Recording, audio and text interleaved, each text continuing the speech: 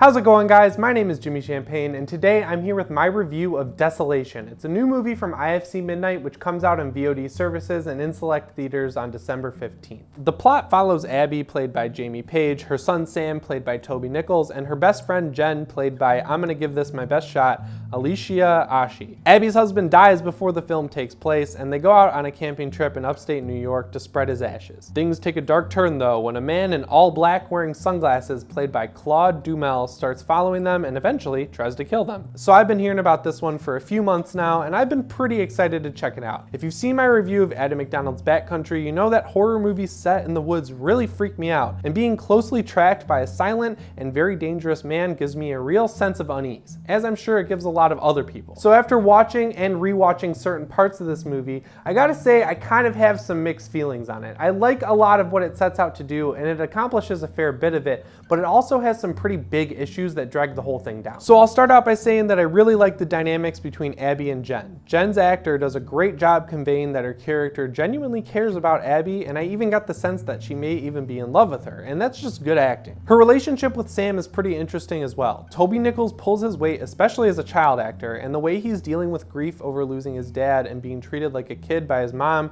is believable, and he totally deserves some props for this performance. The problem here is that Abby just really isn't all that developed. She feels like a conduit for the plot to move forward. She's constantly getting advice and feedback thrown at her by Sam and Jen that she's not asking for, and it felt like a lot of the movie they were just telling me how Abby is feeling than her showing me. It doesn't take long for the group to get split up though, and by that point in the movie I don't think enough work is done to really make you care about Abby as the main character. With so few characters, it's really hard to talk about the slasher aspect without spoiling things, but I will say that a lot of the violence happens off screen, which is just a kind of bizarre choice when the runtime is only 178 minutes. When you do see the aftermath, it is semi-effective, but when you have a runtime that short, I just feel like we should see a lot more of what's happening. The pacing is really slow, and I don't really have any problem with that type of movie, but when you couple it with the fact that the killer has zero motivation, it just makes the whole thing feel shallow, and I honestly got a little bored at points, which just shouldn't happen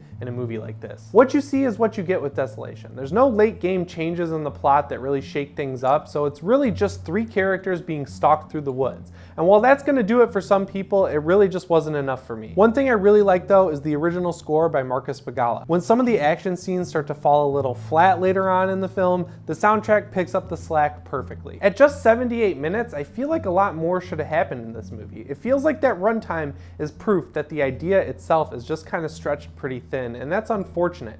If you're really creeped out by the idea of being stalked through the woods, I think you might find something cool in this movie to check out, at least in the first half, but if that kind of premise doesn't interest you, I don't really think this one's worth checking out. Anyways, if you're curious enough to go see the movie in theaters, if you're in the LA area, there's a screening tomorrow night at 9:05 p.m. featuring the director, a producer, and one of the writers. If you do check out the movie, you should let me know what you think down in the comments below, especially if you really liked it or really hated it. I came down in the middle on this one, but I feel like it could go either way with some other people. Anyways, guys, my name is Jimmy Champane, and I'll see you in the next one. Thanks for watching.